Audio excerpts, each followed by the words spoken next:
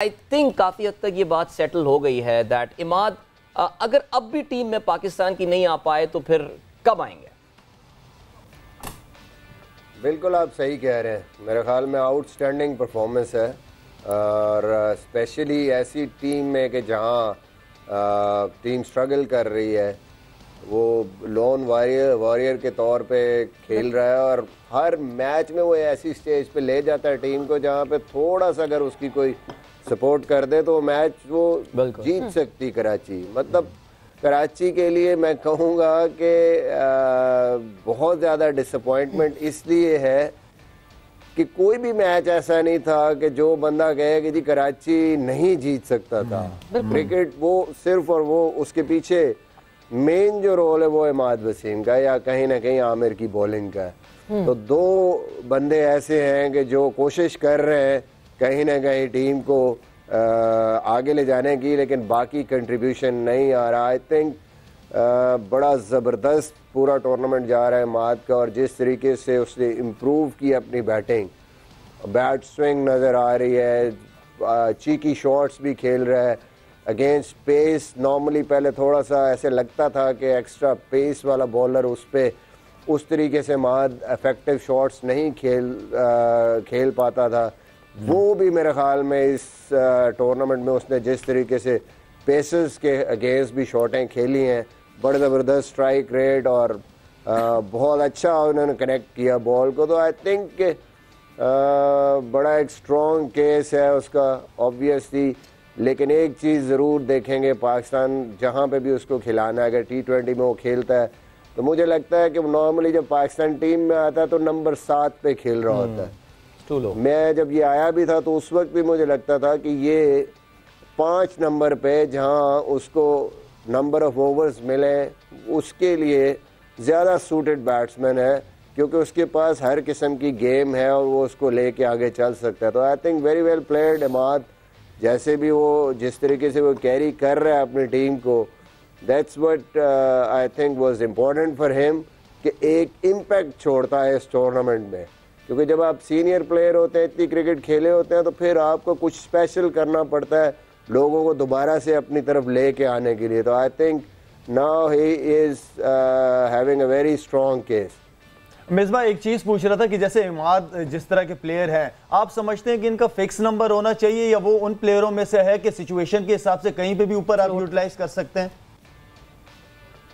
देखिए, fix number तो T20 cricket में आपका कोई ना कोई आप रोल देती है team, but still I think वही टीमें अच्छा करती हैं जो फ्लेक्सिबल रहती हैं। अब इस्लामाबाद यूनाइटेड को भी अगर आप देखें तो कल उनके पास बॉलिंग ऑप्शंस और बैटिंग ऑप्शंस फ्लेक्सिबल हैं। वो आपके पास ऑप्शन ज़्यादा होती हैं तो वो कहीं ना कहीं अगली टीम फिर प्लान नहीं कर पाती। आप देखते हैं कि लेफ्ट आर्म स्पिनर कोई बॉलिंग कर रहा है या उसके सूट करता है उस बैट्समैन को बॉलर, तो आप उसको ऊपर भेज देते हैं। नीचे अगर 5, 6 नंबर या 7 नंबर पे जो खेलने वाले बैट्समैन होते हैं वो कहीं पे भी 4, 5, 6, 7 कहीं पे भी खेल सकते हैं अकॉर्डिंग टू द सिचुएशन। मतलब he is the proper package, वो पूरा मिसबा प्रॉपर T20 का पैकेज है इमाद वसीम। बिल्कुल बिल्कुल। आई थिंक उसकी बॉलिंग भी, और सबसे बड़ा जो एक मुझे अच्छी चीज नजर आई है इमाद की, उसकी फिटनेस। आई मीन जो नी का इशू था जिसमें उसको रनिंग टर्निंग उसमें कभी कभी प्रॉब्लम नजर आती थी, but the way he is running, दुक्के तिक्के जिस तरह वो भाग रहा है और 92 रन्स करना और इस तरीके से उसमें दौड़ दौड़ के भी रन्स लेना, that is fitness that looks very good. और मैं तो खैर अगर इमाद कहीं हमारे इधर आया नहीं शो पे तो मैं उससे पूछना चाहता कि उसने इस PSL से पहले कुछ न कुछ ऐसा स्पेशल किया है ट्रेनिंग और अपनी जो बैटिंग प्रैक्टिस है जो नजर आ रही है, जिसकी वजह से ये बहुत बड़ी एक चेंज नजर आ रही है। एक्सीलेंट, बिल्कुल स्पॉट ऑन मिसबा। बिकॉज जहां जहां जो वीकर लिंक भी था इमाद का, जहां वो होता था कि नहीं जी जहां खुल के बैटिंग नहीं कर पाते थे, वहां भी वो ही इज परफॉर्मिंग देयर। और मुझे ये लगता है कि अगर तो कराची के पास कोई एक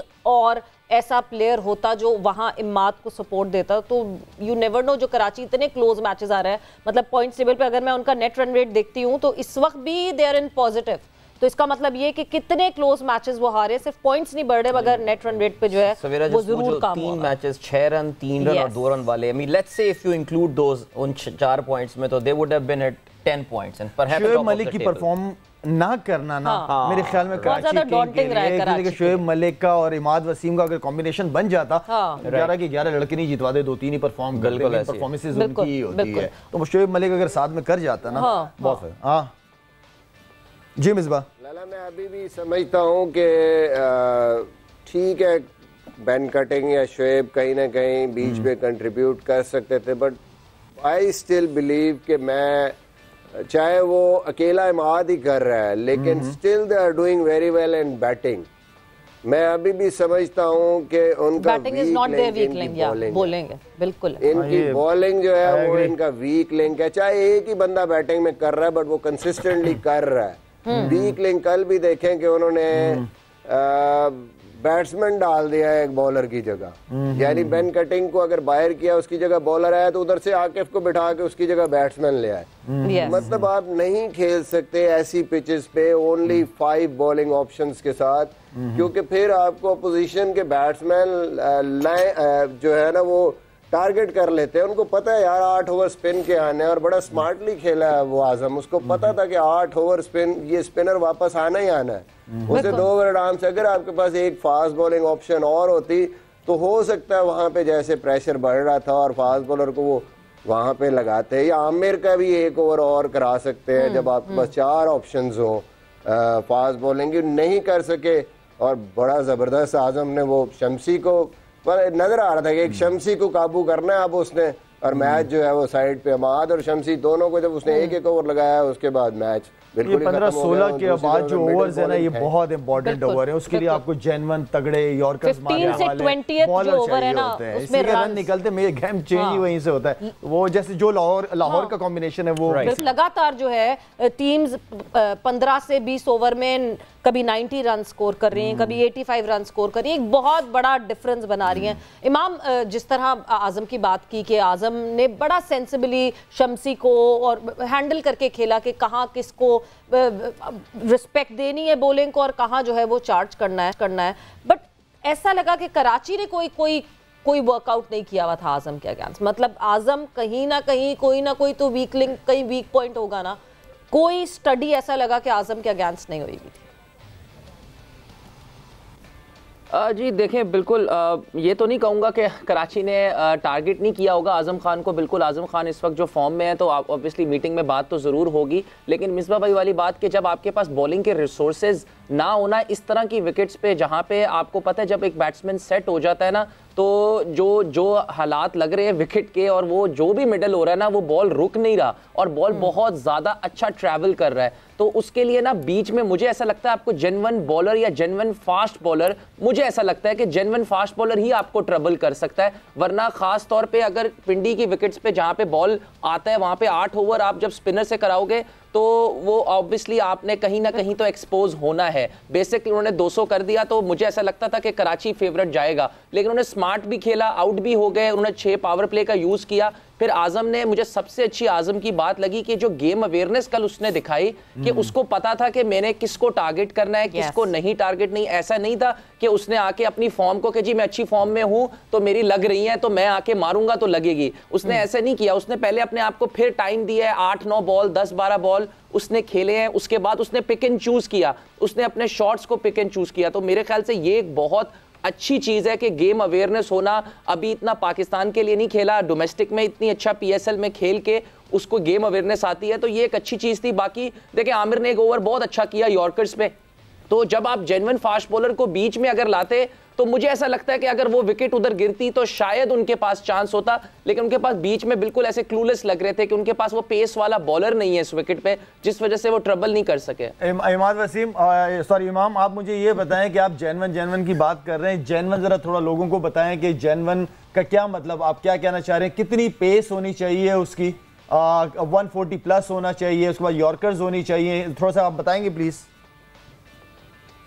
जी लाला, उसमें जेन्युइन में ऑब्वियसली ये है कि देखें पेस तो आकिफ के पास भी है, इन्होंने आकिफ को कल 4 में 60 हुआ है। जेन्युइन से मुराद ये था कि जेन्युइन पेस वाला भी और उसके साथ एक्सपीरियंस भी हो, कि इनके पास एक एक्सपीरियंस बॉलर आमिर के अलावा इमाद वसीम जब बॉलिंग में आता है ना, तो थोड़ा सा ऐसा लगता है कि वो बेचारा लाचार सा हो जाता है, क्योंकि कंडीशंस उसके फेवर में नहीं है बॉलिंग की। तो वो क्या होता है कि वो एक इमाद वसीम तभी ज्यादा इफेक्टिव है जब नया बॉल से अंदर आता है, उसके बाद उसको अपने ओवर्स भी देखने होते हैं। तो इसलिए वो उनके पास 2 ओवर, जैसे मिसबा भाई कहते हैं, 2 ओवर के बाद उनको हटाना पड़ता है कि यार एंड पे कौन करेगा। तो आमिर के साथ अगर इनके पास कोई जेन्युइन एक्सपीरियंस वाला पेस, अगर आपके पास एक्सपीरियंस नहीं है तो पेस देखें बहुत ज्यादा फिर ट्रैवल भी कर सकती है। तो पेस के साथ आपके पास एक्सपीरियंस होना, जिसको अपनी फील्ड का पता हो, जिसको अपने पता हो कि मैंने बचना कैसे है, बचना आना जरूरी है। बिल्कुल। और एक चीज यहाँ पे ऐड करूंगा, पिछले मैचेस में जब आकिफ खेले हैं, आकिफ जो है इस पिच पे इफेक्टिव बिल्कुल हो सकते हैं, और उन्होंने पहले 2-2 ओवर अच्छे किए हैं। मिडिल में जब वो आते हैं ना तो वो अच्छी बॉलिंग करते हैं। होता क्या है कि वो इनएक्सपीरियंस जो ये इमाम बात कर रहा है, उसकी वजह से वो जब डेथ बॉलिंग में आता है ना, तो वो उसके 2 ओवर बहुत ही बुरे जाते हैं। तो ये अब टीम को देखना पड़ेगा कि ये हमारे लिए कहाँ इफेक्टिव हो सकता है। मिडिल में जहाँ लेंथ बॉल करता है या पीछे बॉल करता है, नॉर्मल लेंथ से ये मुश्किल है बैट्समैन के लिए, क्योंकि उस टाइम बैट्समैन ऑल आउट मारने नहीं जा रहे होते। उसको एंड पे आपने सोचना है कि अच्छा एक्सपीरियंस आमिर है या एंड्रयू टाई है, जो भी है वो करेंगे।